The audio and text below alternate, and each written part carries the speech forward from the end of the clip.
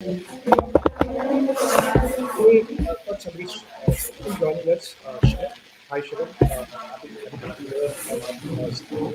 And we're going to talk about a topic that's talked about quite widely, but it's a topic that is new, vague for many people. There's new. I think this, I can tell you from our own perspective, we're working with many companies, remote building, onboarding is always continues to be a challenging hurdle for many executives and HR leaders. So today we're going to cover that. We're going to analyze the last more than 5, 6, 7 years, Shivam, if I'm not wrong. You're working with companies build their remote teams at Applers, and also you're a remote work advocate yourself. Uh, Happy to have you here, and today we will all ears open to thoughts, your pearls of wisdom to help us understand how we can grow our remote teams and how we can get better at hiring and onboarding remote teams. So, Yeah, thank you, Sham. Thank you. It is wonderful that we got connected, and thanks for the gracious intro.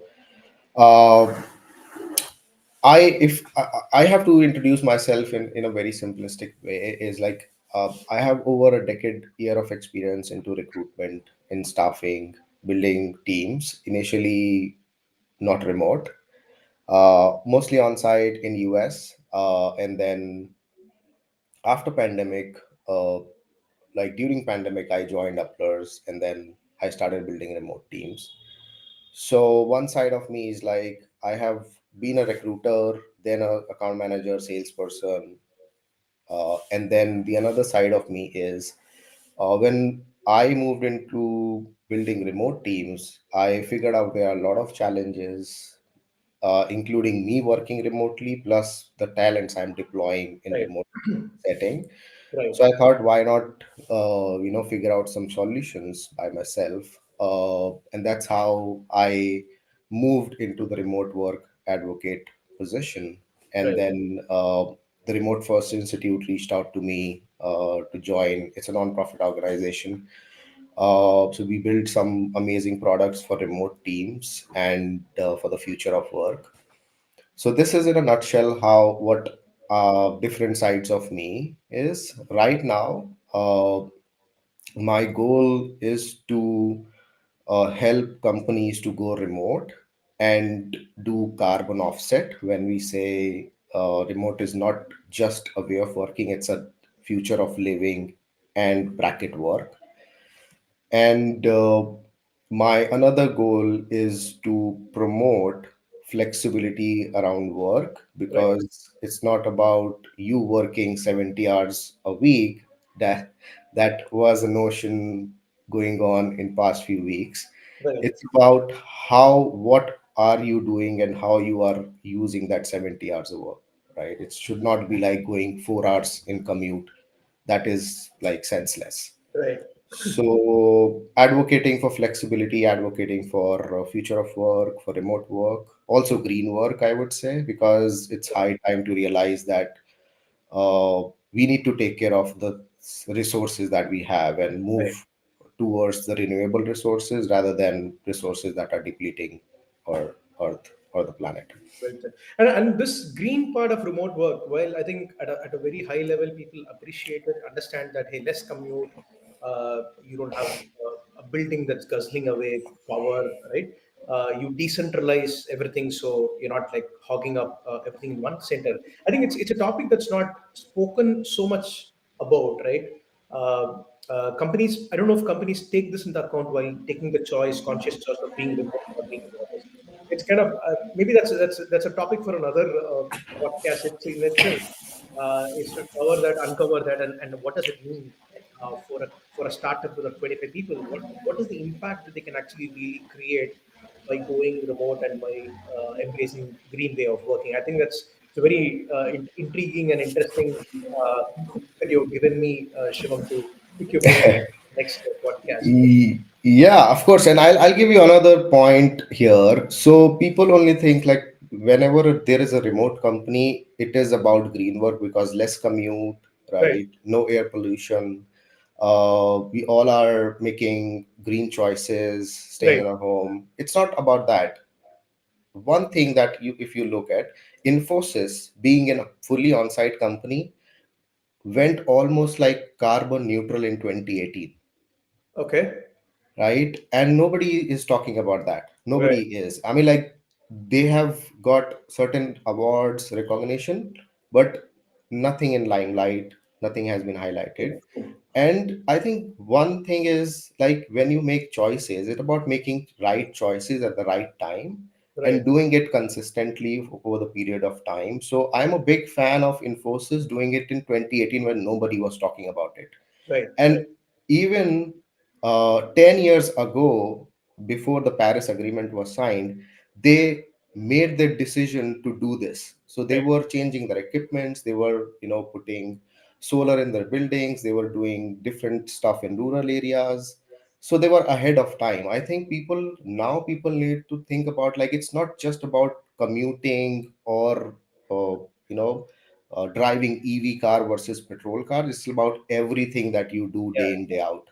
Absolutely, absolutely. Yeah, I think well said. Right. It's and again, I'm an ex-Infosian, so really proud of that fact of it. Right. Yeah, it is. It And is. in 2004, I was there with them till 2004. There were already solar panels on Sholinglore campus, Chennai campus. So they were already doing that in a big way, right? Even in 2004, right? I mean, in fact, I think if I remember right, I know we're digressing now. Their kitchens were powered by green energy from the solar panels and all that, even in those days, right? Uh, anyway, so coming back, right? How did Shivam become a remote worker advocate? What was a trigger point or a switch that happened? It's a long story. So I was like pro work from office guy, like we all were. I used to enjoy in offices because the camaraderie and the community ship. I'm a product of a camaraderie and community ship because a little story. So when I moved from recruitment to sales side of staffing, I didn't know anything about sales. Right. Yeah, my mindset was like sort of a entrepreneur mindset, but nothing sales. No, never studied, never thought about doing sales. Yeah. Hmm. So sitting between those six sales pros in my company, I learned sales in first 3 months, and Right. that's how I became a salesperson. Sure. So coming to the same thing, if another person joins the company in remote setting, he's not getting this exposure, Same exposure. like Yeah. not even 1% of it. Right. So when I moved to remote because of pandemic, because I was in my previous company, so it was like basic, so I can talk to my friends, the team. So it was like no challenges at all. But when I moved to Uplers, to a fully remote company, the onboarding, the community, the camaraderie was like nowhere, because we all moved remote after pandemic, and Uplers choose to become a remote company after pandemic. So we were learning at that phase of time. True. We did a lot of experiments and have new policies. Right now we can say that, yeah, we have a few things in place that can onboard an employee, right? That can do certain things in a certain way that should be in a remote company. But at that point in time, like, we were very naive and didn't know anything. Right. So what I started doing is I started documenting what I was doing wrong and what I was doing right, and how it is helping me, what is the output, what is the outcome, and how I can change, or how I can contribute to another remote worker or in this remote space. So I started writing about it. Uh, some of it I published it on LinkedIn, some of it is like still in my laptop. Still doing a lot of research on onboarding, on green work, a lot of other stuffs.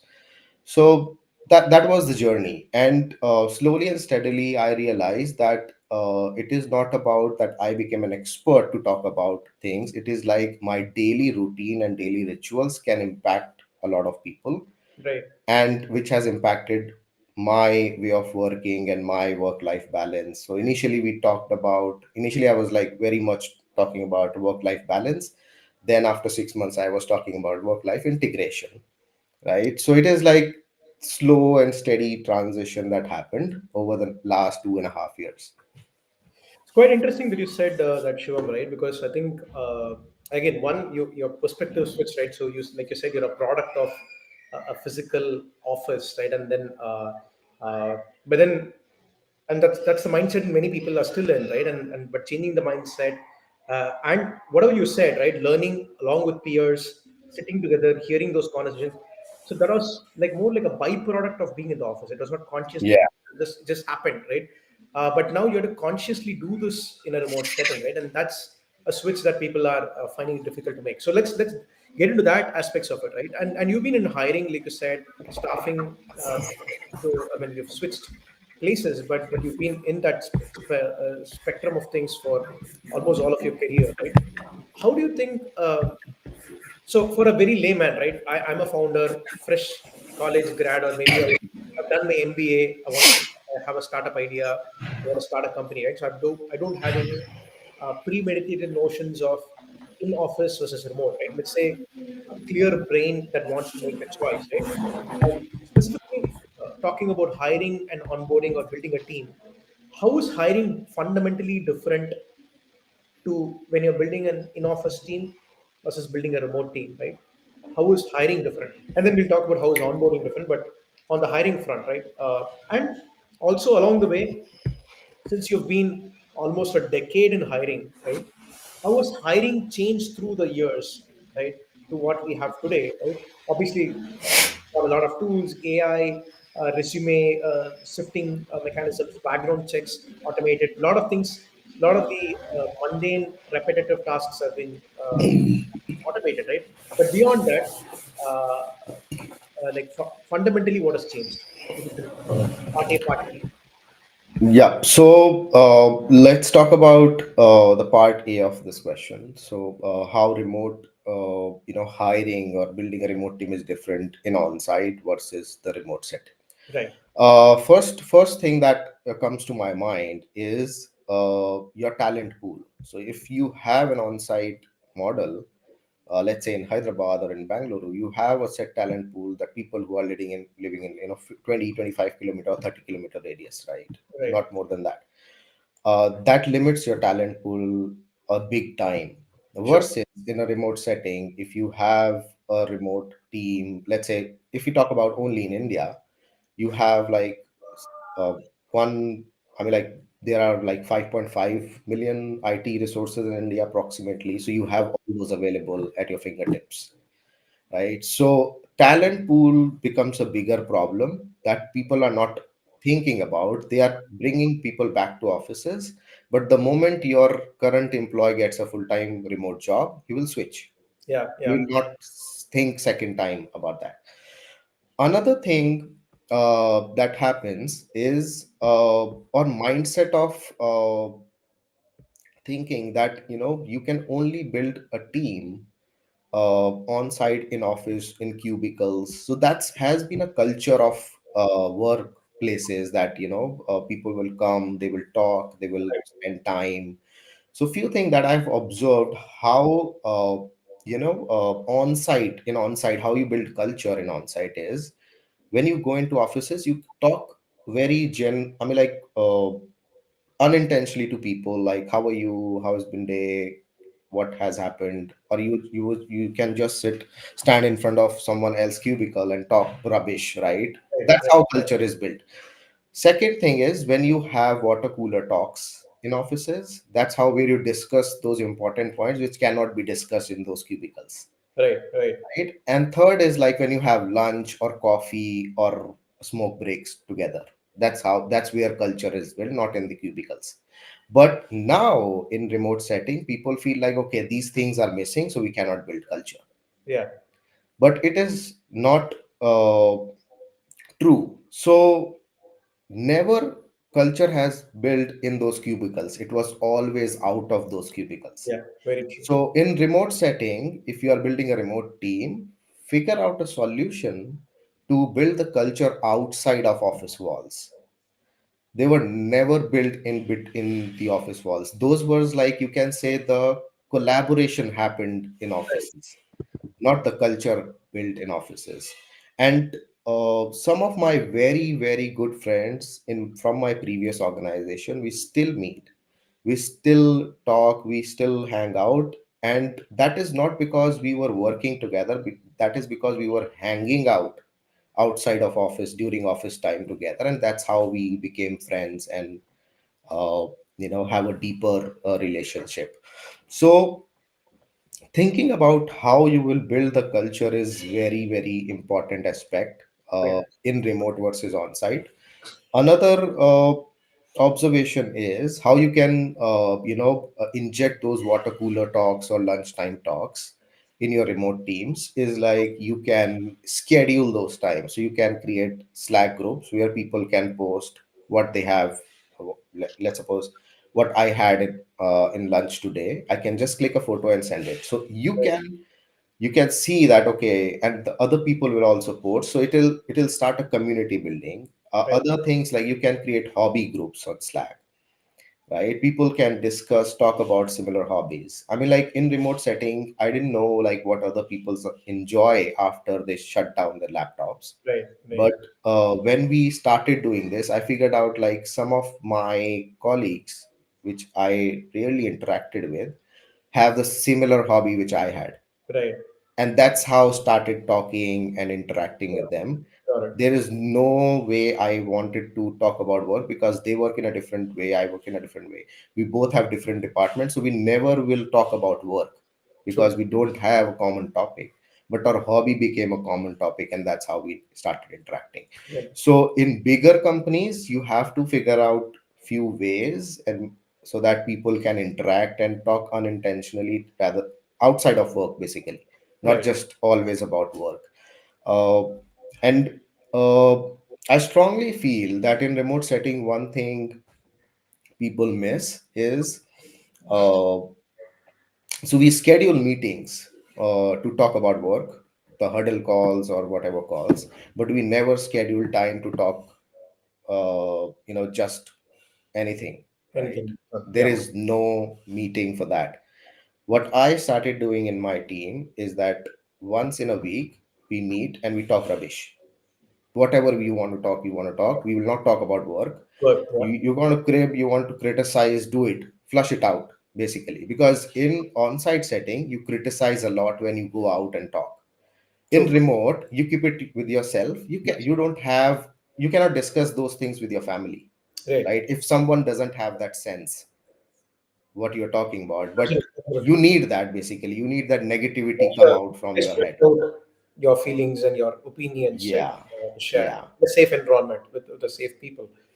Uh, Quite interesting that you say that, right? Because what we're also observing, Shivam, is that a lot of see again. I think the fundamental point that you are making is that in an office setting, right, all of these were accidents, right? When you put two cookies, one, let's say, two pieces of cake in the same jar, the flavor of one is going to automatically go to the next one, yeah, and vice versa, right? yeah, In a remote setting, when you have entities across miles, if not thousands of miles, you've got to be intentional in all of this, right? You've got to create these opportunities for non-work discussions. You have to create opportunities for people to know each other, right? You have to create a safe environment for people to be able to come back, come out and discuss what matters to them and why it matters to them and so on and so forth, right? So I think that's kind of fundamentally in a way, how do I say it? Being intentional is what scares people because they've never done yeah, it before. So people claim that, hey, I've got a great office culture, right? My team is in an office setting, but you did very little for that to happen, right? It was like a yes, spontaneous series of interactions and like it's like how universe formed. Nobody anything into it, right? Just formed out of just yes, your nature forces, right? But then when you're creating a fusion reaction in a reactor, you've got to do the work, right? The atoms are not going to yeah, do the work themselves, right? So I think that's the difference that people get scared about, right? So again, coming back to the hiring part, so like company A, and maybe we'll talk about maybe you can take an example if you have a referenceable client also, right? When they come and approach uploads and they specifically are talking to Shivam, hey, we are two new founders. We've just raised a seed funding. We want to kind of build a engineering team. remote team in India, what do you go about asking them to understand what kind of teams would work for them best? So yeah, I'd like to talk about here this, but yeah, I mean, like, let me finish that the A part of the question and the Yes, B yes. part of that Sorry, question yeah. first. Uh, before I start again on that A part, I would like to say that what you mentioned, like being intentional, is the key here. Plus, also, when companies are thinking about remote, they are thinking about doing a perk level investment and expecting a product level output of it. Right, So if you will make it like remote work is a perk, it is not a perk, it is an operating model. got it. You Yeah, have to think about this, that this is an operating model, and now you will figure out like what will go in this operating model. Very quickly, if I talk about this operating model, I figured out like there are 10 components in this operating model. Location flexibility is just the one component or the 10% of this. right, Async collaboration, async and sync collaboration equation is the another component. Knowledge base is one component. Communication, how you communicate, is one component. Knowledge transfer versus knowledge retrieval is another component. Tools that you use, another component. right, Engagement is one, cybersecurity is another, head of remote is one, and open mind and heart is another. So these 10 components will make your remote model and will be a part of your remote work policy and your workplace activities. So there is a lot to do if you are setting up a remote team. right. The benefit of it is like people don't see benefit right away because you have to do a lot of work and then you will reap benefits. Like True. it's like delayed gratitude, right? Gratification sort of thing. So it is like the output is like you are doing it for people who are working for you. You are making them, you are empowering them, making them more accountable, making them like they are the owner of their job, not just like an employee. Plus you are making a good to this planet because there has been assembly line way of working, and things needs to change because people are changing. So if we talk about this Gen Z mindset, they don't will trade their 4 hours time for a job to just for commute. They will not do it. I have been speaking to a lot of Gen Zs. My few of my cousins are in college. They'll be passing out next year. I've been talking to them. Their friends. They will not do job just for sake of doing job. They Right, need a better output of this. And because of this freelancing culture is so big right now, I mean, like approximately it would be like $8.2 trillion economy by 2030. right. So you can see like a lot of people will be doing freelancing or gig work and will be living their life just like that. They will But not more be. importantly, among that lot of people, a majority of them will be the cream of the talent, right? So those will be the first ones to, like you said, they will not be willing to do the Yeah, they are leading this change and eventually people will follow that. right, right. So you lose the top first, right? Which is Yeah.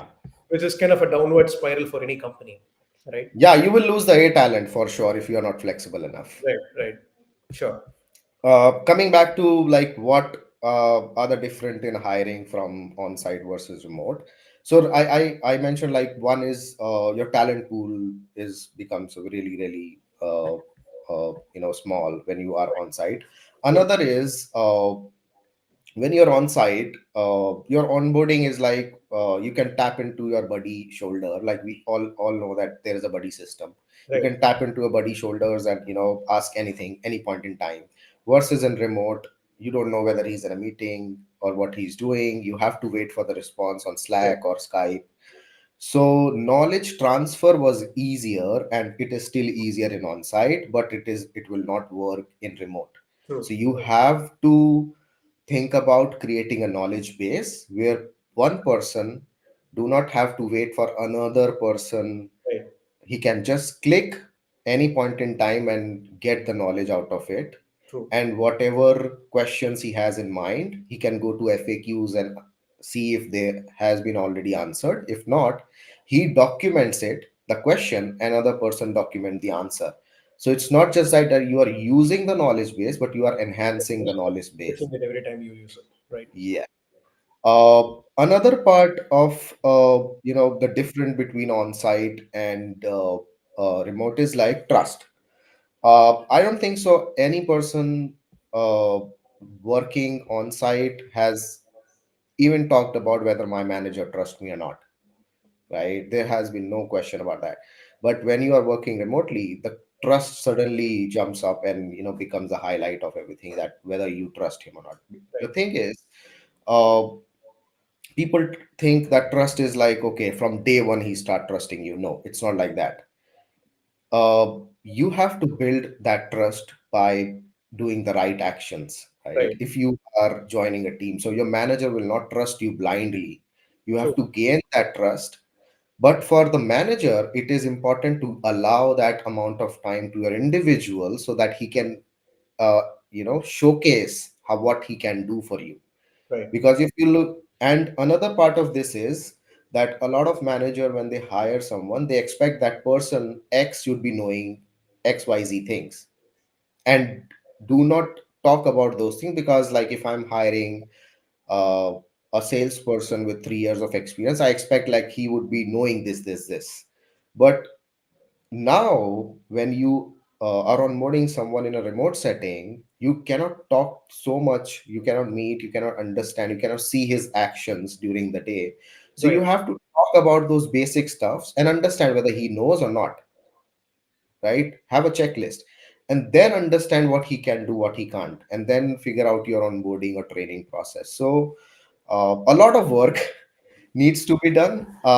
That's why people, feel like, okay, let's, go back to on site because it was easy. Easier. Uh, Yeah. that was easier. But the thing is that, like, with this digital revolution, cloud-based, platforms are increasing. People are going on cloud. Why Right. is happening? If you have digital revolution in place, you have a cloud system where people which people can access from any part of the world, and then you're not giving them flexibility. What is the use of having a cloud system? Right. Right. There's no use. You are just doing it for lowering the cost, but Right. it's not for a bigger purpose that it should be. Very true. Very true. See, I think fundamentally what you're saying is like with remote, right? There's a lot of upfront investment that you've got to do, right? Conscious investment that has to happen, and like you said, the rewards don't happen quickly. So it's very easy for a leader or a leadership to lose faith on their choice of being remote, right? Because you don't see the light at the end of the, you don't even see the ending. But if you see everything that a remote company has to do, they are building a scalable firm foundation, right? So, like for example, many companies, like I've worked in so many client organizations where documentation is like 20 years behind, right? I mean, or like again, I used to work with a lot of enterprise banks, so the documentation was so outdated, right? Hey, that was like Hmm. 1980, right? Today we do it this way, right? So, and it is okay because you can always ask somebody across and then say what's the right way to do it. But again, remote companies have to do things rightly from the very beginning, and that becomes a very scalable process. You can scale a Yeah. 10-member remote team to a 100-member remote team fairly quickly, not having a lot of interpersonal dependencies, right? Only if this person is available, then training can happen, right? It can organically happen, it can scale quite easily, whereas scaling an office team is Yeah, it is way more difficult and challenging. So you said it right. Like once scalability. it's upfront, it becomes easy later on, right? See, Yeah. that's the pro and con. Yeah. And the B part of your question is like how hiring has changed Right, uh, after pandemic. Or so I mean, like there were few things. So in 2017, I mean, like I heard few things that people are talking about video resumes. It was like not that popular, but it started, and people were asking for that. Before that, your resume was like one page or two page or a five page. It depends on ATS if you're going through that, or a staffing company through Right. that. So one thing that I have observed very strongly, I can say that after pandemic, the recruiters' mindset have changed a lot. I'm talking in this not in general, but specific recruiters who are taking a lot of pain in improving this process. So initially, recruiter was like mostly on chat or phone calls. Now, 78%, according to a survey, 78% of the recruiters move to video calls rather than doing a phone call, Right. initial call with the candidate, Sure. because helps them in not just assessing the technical skills but also the personality of the candidate. Right. And because of that, they felt that a lot of candidates, they were able to build that relationship with the candidate in the first call, and a lot of backouts has been Reduced. uh, reduced due to that, because the recruiter now have a very good relationship or a stronger relationship with the candidate. Right. So due to pandemic, I think this video resume or video conferencing initial call with the candidate has changed a lot of things in the hiring landscape. Other than that, I feel like now if you are uh, focusing on resume, what has written in the resume, it is like very very I would say a biased thing, because a lot of people don't write that much on resume, which they can do, right? If you are making a one page resume and if you have 10 years of experience, there's absolutely no space to write Right. whatever you've done. So I think LinkedIn has become your new resume. Right. So it's not about just you are mentioning your designation and you are writing what you do. It's about what you are posting. So personal branding has become a new normal for people who want to acquire good jobs in bigger companies or do something with the founders and all. Because until unless you express yourself in the market, people are not understanding what you can do specifically. True. True. So for recruiters, it has become easier to find someone who is posting on regularly rather than who is not posting.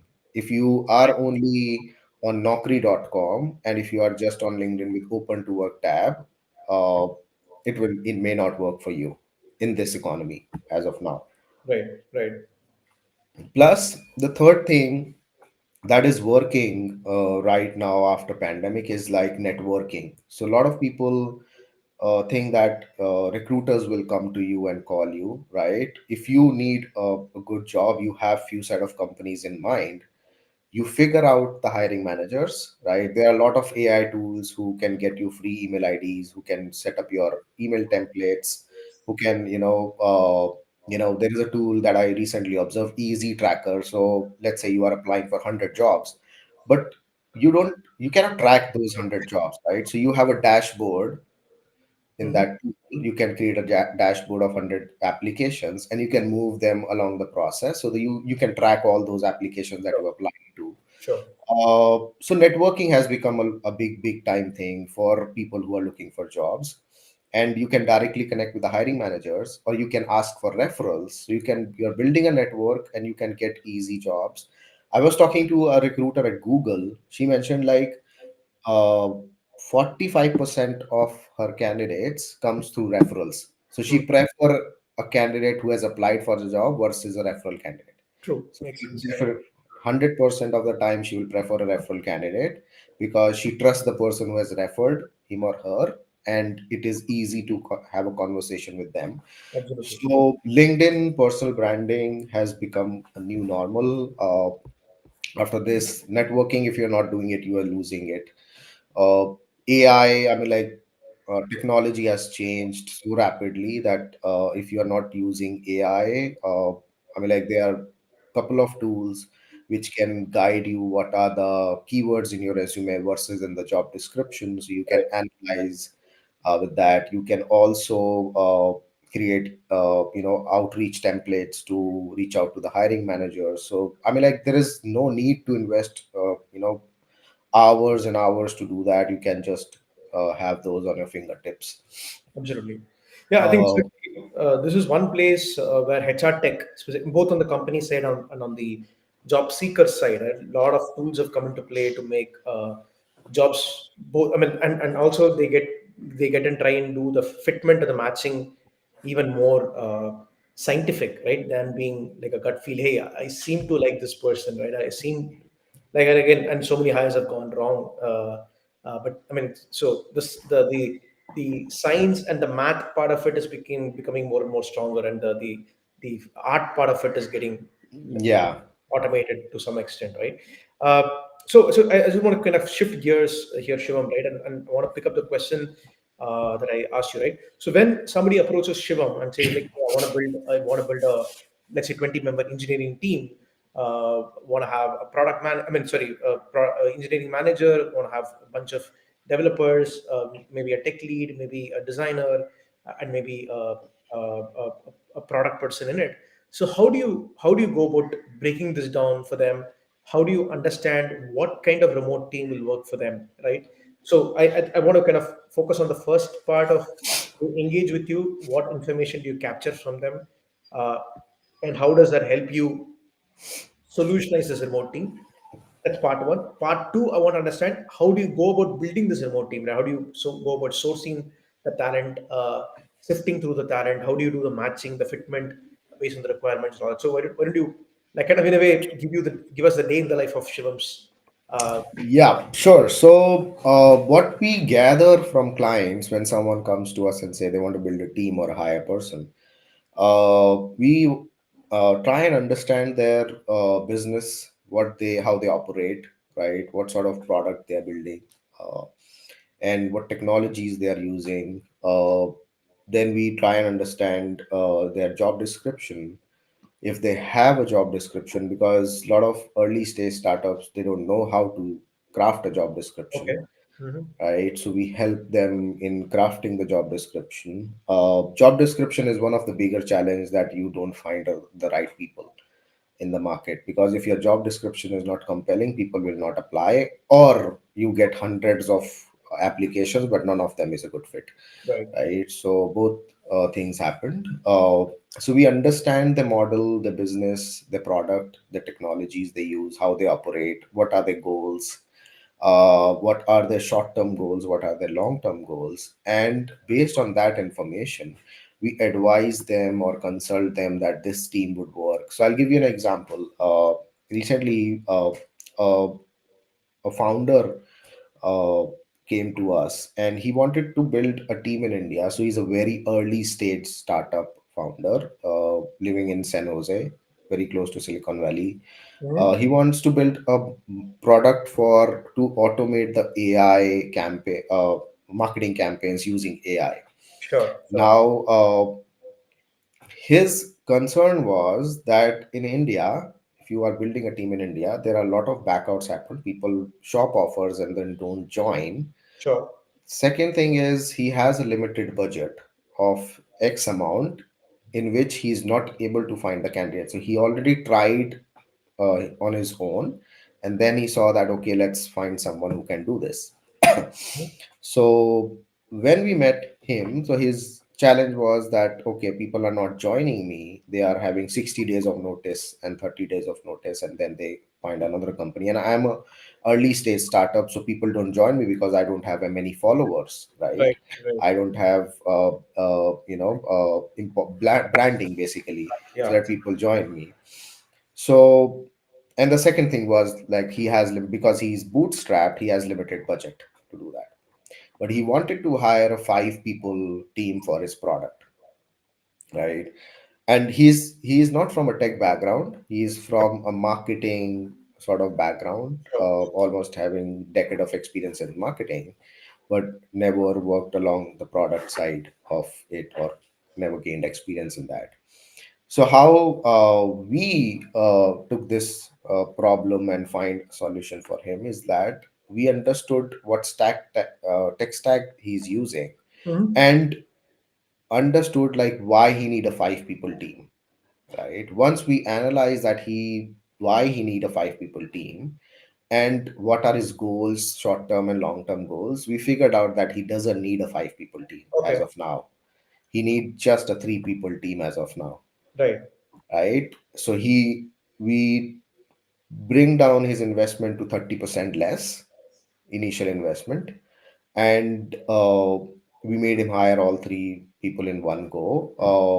I'll come this to like how we solve this problem of his, like, people are backing out and having 60 days of notice period. That's the secret sauce of Upplers, because we have deeply vetted talent in our pool who are looking for remote jobs. So they will join you ASAP. We build, a couple of people of team in less than 2 weeks versus the normal cycle is of 45 to 54 days Right. Right. Right. if you go out. So this happened for an early stage startup. Recently, we met a established company who want to expand in India and Europe, right? And he met with us. He said that you guys are doing so much in India, so I want to build a team in India. He's hiring software developers all across the tech stack because he worked with startups and founders in US. Again, a Silicon Valley person, and what his challenge was that he is getting candidates, right? He's taking multiple round of interviews, but none of them is like the right fit according to him. Right. And we were dealing directly with the CEO, so we try and understood like what the challenges is facing. And because he is established company, but the mindset of the founder who is taking first round of interviews still a startup mindset. Then if Okay. you are a person who is like laid back, okay, I have 5 years of experience, I will do just tickets and do random things, right? If you have that sort of attitude, he will never let you in, Right. right? So we understood what his mindset, what sort of people he's looking for, and we tweaked our recruitment process according to that.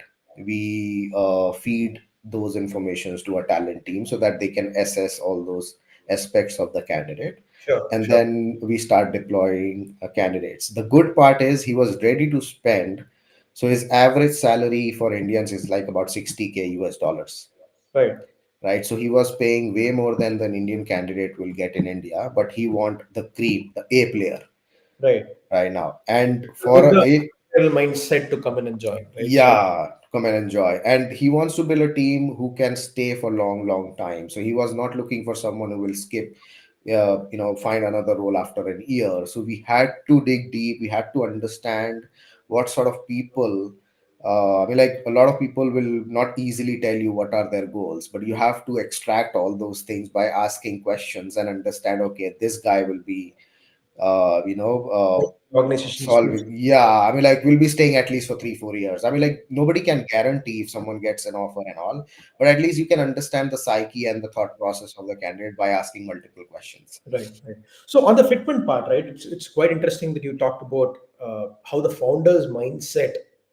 I mean, he wouldn't have probably expressed this in as many words as you probably made it sound very simple, right? I think it's through a series of interrogations you have identified that this is what the founder is expecting, but the candidates, so hence he's not able to do the fitment, right? But I think that's still, I think, an easier part, right? If I look at uh, and I have been a tech leader in my past role, right? I've hired, probably done like 70, 80 interviews and all in GoFloaters, Mm-hmm. me and that's my corporate role, right? But in GoFloaters, me and my co-founder Srivatsan kind of joke about it, saying that our recruitment process is even tougher than a JEE entrance exam, because we like there are 5 levels of uh, multiple. I talk, he talks, and somebody else from the team talks, right? Mm-hmm. We kind of have a process where uh, people reporting to the person talk, hire their manager. Somebody at the same level also talks. Somebody like founders, we talk to them. So, and we also take opinions from people who are not from the same department, right? So a marketing person may be hiring on, will be kind of talking to a salesperson. So we try to Mm-hmm. understand everybody's perspective of this new candidate, and then try to move them to the next level, right? So I mean, even for junior roles, we end up doing that kind of a thing. But okay, coming back, right? When you're helping companies hire the talent, right? One is a skill level match. Hey, I need a proficient JavaScript developer, or you need a proficient scientist or a data analyst or whatever. Right? So one is the skill on either the technology or the product or the tech stack, whatever. Right? Those are things that are easy, right? Those have been cracked, right? But Yeah. culture fitment, the growth mindset fitment, taking the ownership, right? Because you're, like remote teams cannot be micromanaged, right? So every individual has to kind of have lead, has to behave like a leader and take ownership, right? How do you in your pre-weighted pool of candidates, how do you look for these traits? How do you do the fitment? How do you are there any specific assessments that you do? And what's the mechanisms that you filter and do the matchmaking, right? How you do So definitely very tough to figure out whether the guy would be a culturally fit or not. We still in the iteration process, we still do a lot of experiments in that. But one thing is that I have observed is what allow me to understand whether the guy would be fit in this job or not, or whether what CEO is expecting out of this position is because it's been almost like I have interviewed or talked to thousands of CEOs and understood what they do, why a candidate fail. I do a hell lot of research on why my candidate failed, where it lacked, and what has changed in the interview process. So a lot of data analysis has helped. We do a lot of data analysis. Uh, we understand, we analyze the recordings and understand what went wrong with the candidate. And another part is how we understand that whether the guy is a culture fit or not. Is for that you need a senior level recruiter talking to him or her, because if you have a person who, from the company, right? From the organization that's hiring them. yeah, maybe organization or maybe like from Upler. So Okay, okay, for this we have a senior level or a lead level matcher talking to the candidate and understanding not just about his work experience. We don't talk much about work experience in those calls. We talk about the project that he did, what complexities has he solved, what challenges he faced, and what solutions he figured out. right, And from that, from those answers, you will clearly understand whether this guy has taken the ownership or not, whether this guy has been accountable for certain things or not, or whether this guy has produced certain outcomes or not. First of all, that. Second thing is when you talk about other stuff, right, outside of the projects, right? Some behavioral sort of questions. What are their strengths and weakness? This is right, a very basic question that I feel like people feel like, oh, this is a very basic question. But if someone, most people don't know their strength, they will just tell you like the basic answers they find on Google, right, right? And weaknesses is like far more trouble thing that if you talk about. So the person who is answering, telling his weakness in a certain way, right? That makes me feel about, okay, this guy knows his weakness, but he also knows how to show it as his strength. Because if I tell them, if someone is like not an introvert and moving into sales, right? If he say like my weakness is like I'm introvert, he's not getting that job, right? right, But right, how he showcased that his introvertness has moved him into this role, and how he cracked the sales process, because most salesperson are introverts, but you have to showcase or portray that why this is happening and why this is good enough for you. So strength and weakness has always been my go-to question to understand, and then cross questioning and deeping dive, like if this is your strength, then how you have figured out that this is your strength. right, And if this is your weakness, then why this is your weakness, and what initiatives have you taken to remove this weakness. And most people will not be able to answer this, right. because they have never figured out their weakness. They have never figured out the solutions towards Yeah, yeah, encountering that weakness. So some questions are asked to understand whether the guy is lying or telling the truth. Right.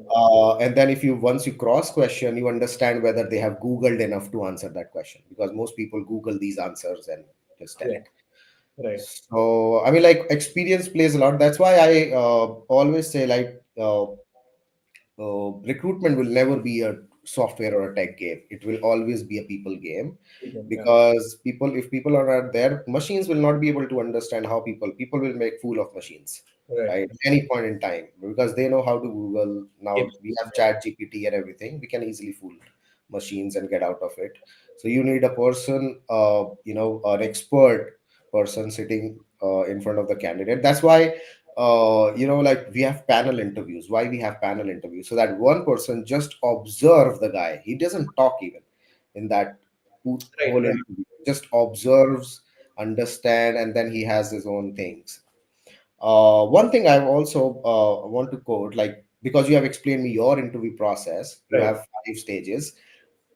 I want to quickly ask you this. So, do you give feedback? Let's suppose the first person has taken the interview. Do you pass on the feedback to the second person before he takes the interview? No, we don't. So basically, or at least, so before when some a candidate comes to, I need to talk to them. I just know that different people in my team have already spoken to them, right? But I don't. At least this is my personal thing. Is I don't try to take in their opinion, bias my thinking on that, and that's what I feel that I'll get biased when I hear them say. So Hmm. all an independent. It's like a tea tasting ceremony, right? Everybody individually comes and tastes the tea. Yeah. And finally, we go back and do the scoring, right? And we say, hey, and we do a team joint call and say, go round robin, right? Each one talks about, hey, I found this good in this candidate, I found this good in this candidate, or this was troubling to me in this candidate, right? The communication skills was not. So each one has a list that they made out from their interactions, and they share that with me and my inputs. I mean, my conversation. So we put all that together, and then we try and see if this candidate is going to work for us or not. So it's kind of in a Yeah, way. makes That's the sense, because a lot of my clients are practicing the same when they are hiring in-house full-time candidates, because it always stay away from biased mindset of people. Because if when you are hiring tech folks and you are having 5 rounds of interview, it is very easy to get biased just because of one feedback or other feedback. I right, think right. that's a great practice to have. And you end up also probing things that like I mean, as in the bias is also in terms of judging the candidate, but also in terms of what you want to probe, right? What you want to understand, right?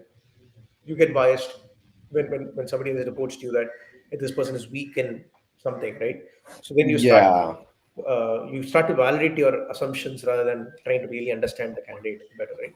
So now that we've spent a lot of time, we're already close to five, Shivam, right? So I want to Hmm. not leave this uncovered, right? Onboarding, right? Hiring is climbing Kilimanjaro. Onboarding is climbing Mount Everest, right? So uh, Yeah. right, so even more difficult, right? And it's also a make or break thing, right? You've already invested so much of time in getting the candidate in, right? Hmm. Both in terms of money and time and everything, right? And if you do a bad job of doing onboarding, then it's not going to pay the results, right? So how do you, since Upplers also helps teams or helps companies do onboarding, why don't you share with us a few best practices that you follow to improve the efficacy and efficiency of onboarding? Sure. This is very interesting topic How does that it really work in a remote setting? so this is very indeed very interesting topic that I always wanted to talk about. I can talk about hours and hours on onboarding, but to explain it in a nutshell, I think what we need is, like, we need to rethink the onboarding process, right? Companies need to do that. And like I said, if you are doing a perk level investment and expecting a product level output, it is not going to happen, Right, right? You will fail. You are setting your teams for failure. right, So that's the reason I think there are three key dimensions for on in onboarding. The number one is the organizational dimension. uh, what I meant by organizational dimension is, like, when a person joins in, what CEO message he gets when he joins in. What is the mindset? I mean, like, you get the mission and vision on the website, but things are beyond that, Right. right? You have a CEO story. A CEO story can move many people than a mission on vision on a website, right? A 5 minute Loom video, your CEO does not need to come on a call and tell. A 5 minute Loom video can do a lot of things, Right. uh, rather than just doing an induction and telling this is our mission, this is our vision, right? A video is an interactive way. So this is number one best practices that I would advise and recommend. A lot of companies have started doing it, but it is a must have if you have a remote team. Sure. Second thing is like a big must have is like having a knowledge base. It is like your database where people can click and understand whatever information they need. It's not just about work, it is about your values, about your culture, how you work, what do you believe in, how do you communicate, what tools you use, how do you share thing across, how you make decisions. So Mm-hmm. everything, if you have in documented format, and you have multiple iterations, you are enhancing that, people are adding their point of view, Sure. right? And that will become your knowledge base, and that will ease the onboarding process of a candidate, because he can tap in. So like I mentioned, knowledge transfer versus knowledge retrieval. So Right. this knowledge base will help you knowledge retrieval Even, yeah. without having any dependency on other person, Right. right? uh, you can use Loom and Notion to do that. Loom is a great tool that I feel, because it is scalable way of knowledge base, because you can share Loom videos to thousands of people in one go, right? Right. Same with Notion. So we need to think about that knowledge base that we are building. It should be scalable. It should not be like limiting to people that they have to come to a certain place and do that stuff. Another thing that I feel is the onboarding of an employee is very important, but it is also important that you tell them what they can expect in this onboarding. It should not be a everyday surprise for people that okay, today what will happen, I will get to know that once I join in, right? Right. Right. So at least a first 2 weeks should be pre-planned and should be informed beforehand the candidate joins, so that he is ready with the mindset, and he's ready with the thought process that these things I'm going to learn, and I have to spend this much amount of time in the onboarding. Because a lot of things change when you not set expectation. When I tell the candidate that you join and you don't have a pre-onboarding process, Right. a lot of candidate will see, okay, I'll get to know what I'll be doing, and first 2 weeks will go in nowhere, like you are and ends up doing nothing, achieving nothing. True. But first 2 weeks should be pre-planned before you start the candidate, make him start. And the last thing, from an organizational perspective, I will say, like, having a feedback loop on during that onboarding, so after the onboarding and with the manager, so that the feedback loop is ongoing. And it should be like both ways. Like after the onboarding, you should clearly ask unbiased question, unbiased thinking from the candidate: did you like it or not? It Mm-hmm. should be like very straightforward. What did you like and what did you didn't like? What changes you know recommend? Because he's coming from a different company, Right. and they might be doing certain things in a better way that you are not. So True. he can quickly advise you, and it should not be like a thing that you feel like, okay, his previous company is better, right? The mindset should be like, what we can learn. If something is good is happening in this world, let's learn from it, or let's like not look at it if True. it True. is not worthy enough. Yeah. So from organizational point of view, these four things I would definitely recommend. uh, the second part comes is like the social dimension of this onboarding.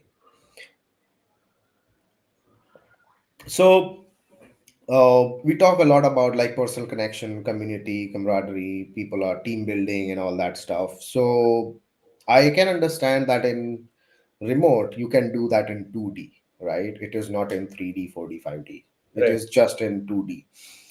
But what you can do is you can schedule a 60, 90 minute mentorship session from the day one, Mm-hmm.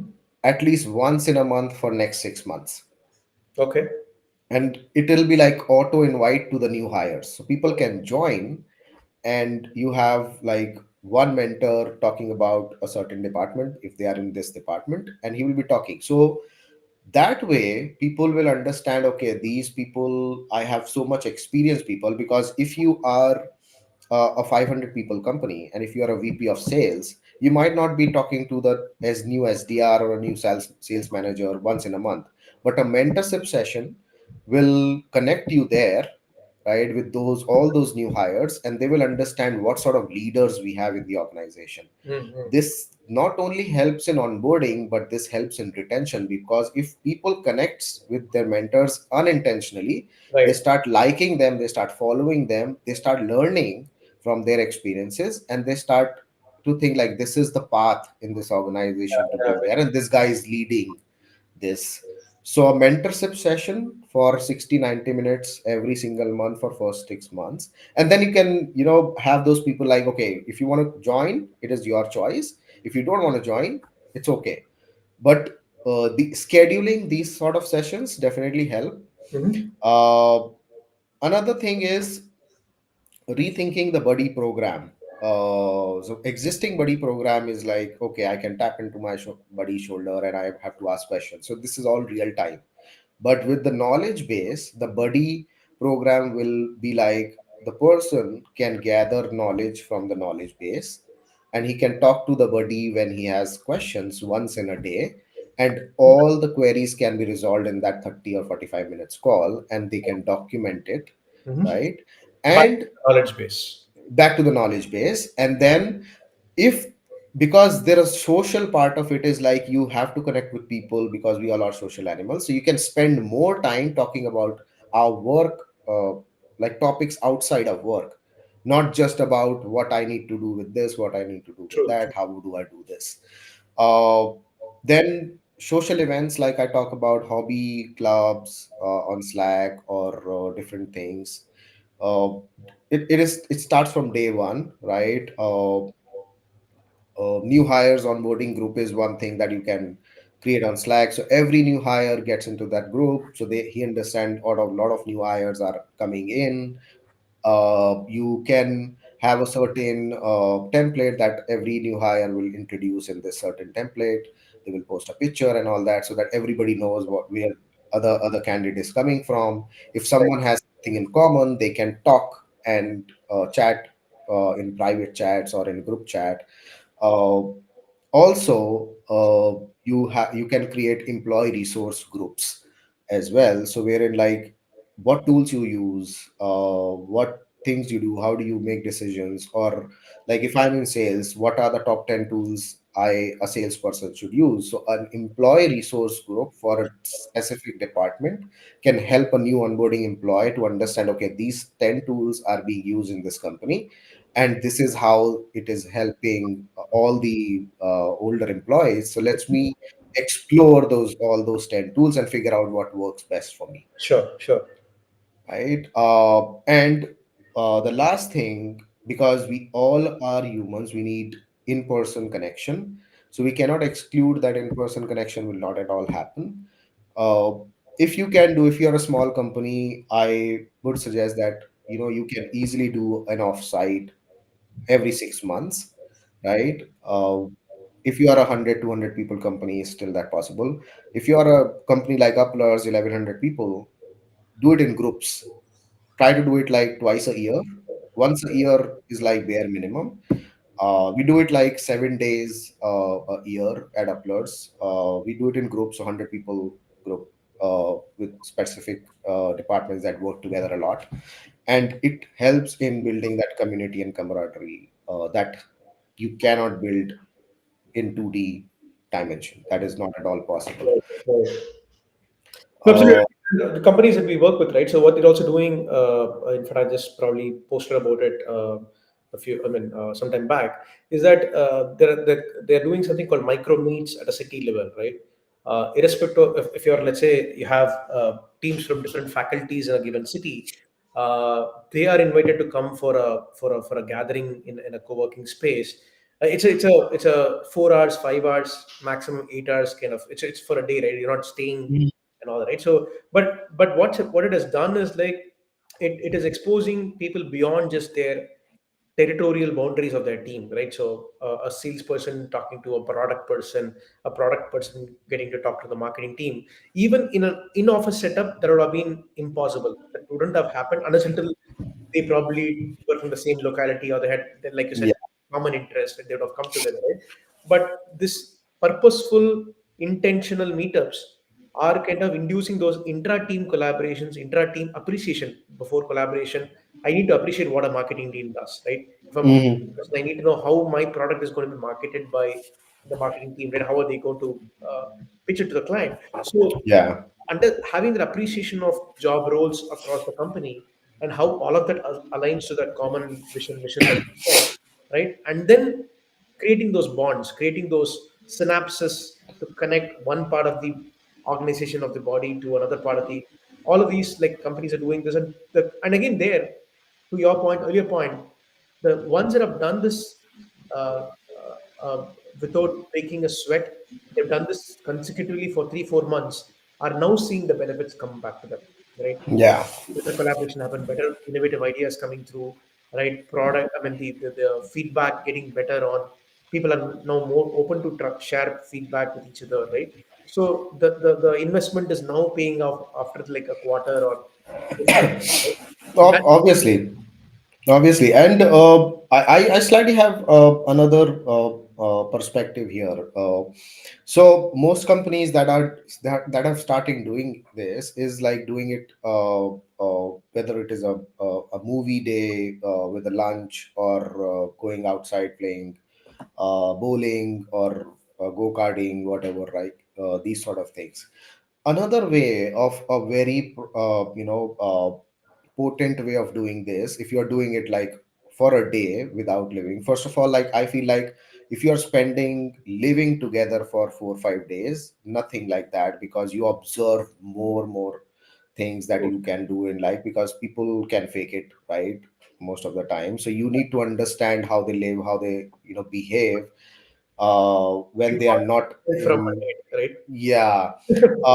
The potent way of doing it is like creating a hobby thing, or a a sports club in your city. Let's say you are living in Delhi NCR, so let's do a painting session for everyone, even if like 90% of people doesn't know how to paint, right? You can bring in a painter, right? You can have this session so everybody can see that, okay, how it can be done, and Mhm. people can jam and talk and all that, then they can have lunch. But it helps them like in a certain way, where if a person can do one thing better than another person, whether he's going to help that person or not, unintentionally, he has nothing to do, he has no outcome of it, right? Right, You right, will not get any outcome if you help someone in painting something, or doing it like, or organizing a football match or a cricket match. That level of camaraderie we need in teams, that happens when people jam together in offices. Because you see, when you have like Diwali celebration in offices, right, on the rooftops of the building in Delhi NCR, it's a jamming, people are hanging out, right? You are talking. Even like staffing companies do this cricket league in Delhi NCR. So a lot of these things happens. But in remote, you are thinking that people are working from home, so let's not do all those things. hmm. Still need to do all these things so that all these things happens. And I still feel like a painting session, or any sort of hobby session that one person can perform and another cannot, will build more camaraderie than of as compared to a lunch or a go-kart or a movie night. Right, right. Very valid, right? Very valid in terms of creating those bonds to happen, creating those people to kind of see each other in their elements, right? Yeah. Know the person as a person rather than as a colleague, or as a Yeah. manager, right? So putting them in those kind of situations where these trades come out, right? I Yeah. mean, yeah, and I see parallels of companies kind of consciously investing, right? So this is one area. I'm happy to say that a lot of companies are who have become remote first are starting to invest, right? So previously we used to only hear that Doist is doing this offsite or Atlassian is doing the offsite. Now I am hearing a lot of Indian companies doing investing on this, and kind of seeing that it's. I mean, like you said, right? They can't. It's not like double your money, triple your money kind of investment, right? You've got to do this over you've got a long period of time to kind of start hitting the rewards at the end of the rainbow, as they say, right? Again, I want to kind of be very conscious of the time, Shivam. We have like three or four more questions that we've yet to cover, right? There's so much Yeah, yeah, let's go ahead. Let's go ahead. we We had can to do that. cover that we couldn't break ground on it. Again, on that point, I would love to right away book your time for the next podcast. Right, we've probably done part one. Brahmastra part one is out, right? Part two, I'll book one with you again to cover the onboarding in a little bit more detail, right? And also, I would love to hear the audience would also like to hear a lot more anecdotal examples of companies that you've helped, right? What did they get right? What did they miss in the first attempt and all that, right? So I think a lot of learnings from real examples Hmm. we wanted to cover, but we didn't have time to cover. So with that, Shivam, extremely delighted to have had this conversation with you. In fact, I've made notes while I was talking to you about interesting statements that you made, interesting observations that you made. Because I mean, I myself, having been in this space, didn't think of it that way. Right? Didn't my thought didn't go in that direction. So, a very very enlightening conversation with you. A lot of we've covered a lot of ground in terms of hiring and a little bit of onboarding, but I think we will unpeel the remaining part of the puzzle. Yeah, I agree. There is a lot to unpack. Yeah, yeah, A absolutely. lot to unpack. Absolutely. Again, thank you for coming along on this podcast, and I can see the passion with which you kind of talk about this because you've been there, you've done that, you've seen both sides of the coin, right? And you have consciously made the choice of being on a remote first educate of sorts. So you're obviously it's a conscious choice, right? It's not like Yeah. right. So all that is coming across very clearly in how you're covering. The points, right? So I look forward to having the next part two conversation with you, Shivam. And till then, thank you and all the best. Yeah, thank you, Sham. Nice speaking with you. Looking forward to have this session again. All right. Thanks, Thank buddy. you. Bye. All right. Yeah, thanks. Bye.